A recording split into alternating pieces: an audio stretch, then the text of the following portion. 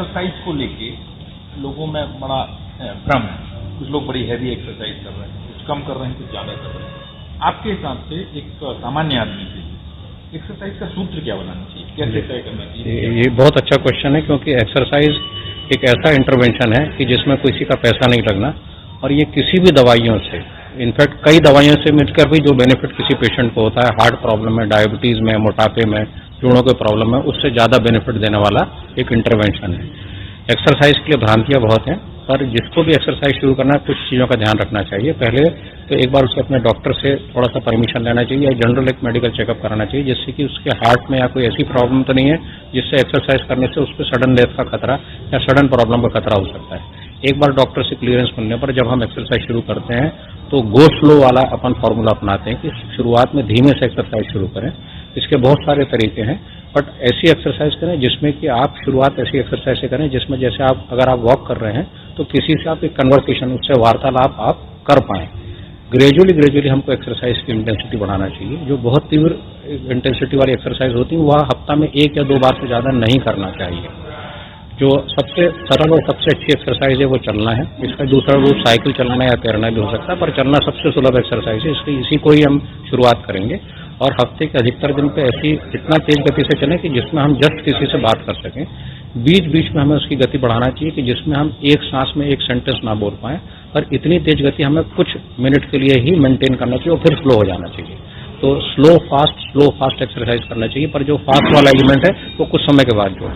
दूसरा जो हमारे देश में बहुत बड़ी कमी है कि लोग वेट वाली एक्सरसाइज, रेजिस्टेंस ट्रेनिंग नहीं करते हैं। तो यह रेजिस्टेंस ट्रेनिंग बहुत इंपॉर्टेंट है कि जैसे जैसे हमारी एज होती है हमारी मांसपेशियां ही हमारे अगले जीवन के लिए एक बहुत बड़ा रिस्क फैक्टर या प्रोटेक्टिव फैक्टर के रूप में सामने आती है। मांसपेशियां अच्छी हैं तो हमारी लाइफ ज्यादा है, कॉम्प्लिकेशन कम है, क्वालिटी ऑफ लाइफ अच्छी है। और अगर मांसपेशियों में कमजोरी आ गई है, पावर मसल का कम हो गया है, तो बहुत सारी बीमारियां और बहुत सारे प्रॉब्लम हम घेर लेते हैं। इसके लिए रेजिस्टेंस ट्रेनिंग करना चाहिए। वेट के साथ भी कर सकते हैं, बॉडी वेट के साथ भी कर सकते हैं। यह हफ्ता में कम से कम 2 बार करना चाहिए, और ग्रेजुअली इनकी इंटेंसिटी को या वेट को हमको बढ़ाना चाहिए। अगर वेट नहीं बढ़ाना चाहते तो नंबर, कितनी बार आप किसी एक एक्सरसाइज के रिपीटिशन को कर रहे हैं, जैसे डंबल है उसके नंबर को बढ़ाएं, और इतना करें जिसमें कि 12 से 13 रिपीटिशन पे हमको लगे कि हमारी मसल थक गई है। वह एक्सरसाइज आपको बेनिफिट देगी। कई बार लोग बहुत कम वेट को बहुत देर तक चलाते रहते हैं, जिससे उनको ज्यादा फायदा नहीं होता। तो अगर हम जब तक शरीर को थोड़ा लोड नहीं देते, जब तक उसकी ग्रोथ नहीं होती।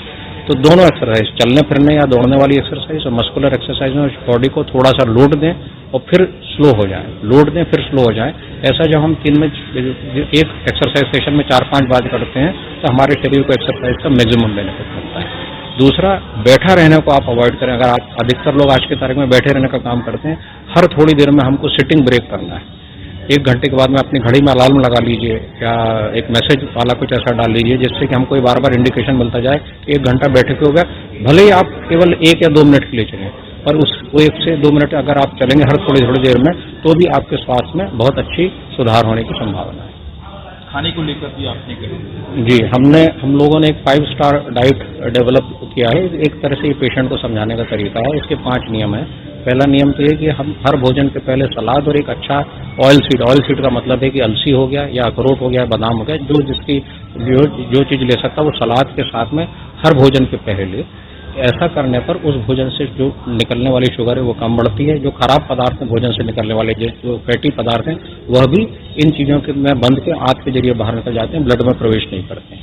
दूसरा, हमारे देश में बहुत ज्यादा अन्न का भोजन जो किया जाता है, जो गेहूं चावल से बनी चीजों की मात्रा बहुत अधिक है, सब्जी सलाद दालों की मात्रा बहुत अधिक है। तो प्रयास करें कि जो सलाद, सब्जी, दालें और दही पनीर जैसी चीजें वो हमारे भोजन का 40% हिस्सा रहे। जो रोटी है, राइस है, इनकी मात्रा को हमको कम करके करीब 40-50% से ज्यादा या 60% से ज्यादा नहीं होना चाहिए।